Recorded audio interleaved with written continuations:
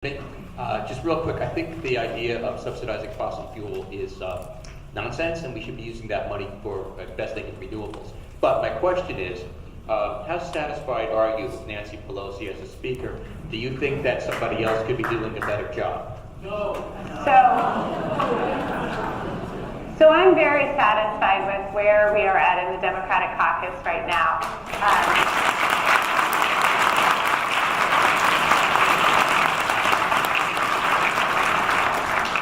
I have said repeatedly that I think she has been a very effective leader. In the past, what I wanted to see and what I think we have now, thanks to this conversation we had and thanks to our district, where I made a commitment to the district that I would not support her, and I spoke to her about why that was and what we wanted to see in New Jersey. We now have a pathway for transition. We have people like Hakeem Jeffries, Sherrill, Catherine Clark, Ben Ray Lujan, who are in positions of leadership now, who were not in these positions of leadership several years ago. We are now growing the bench, and that was my real concern, that I did not see the bench in the Democratic Party. We have the Speaker, the Deputy Speaker, and the Whip. The three top positions in our caucus are people that are in their late 70s.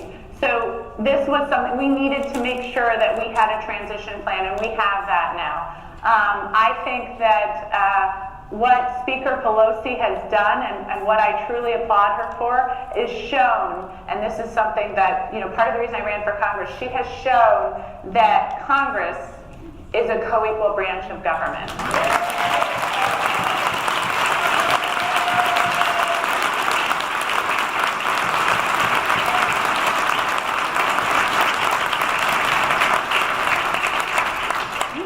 Hi, Congresswoman Sherrill, Billy Fine, Livingston, New Jersey. Great to see you as always.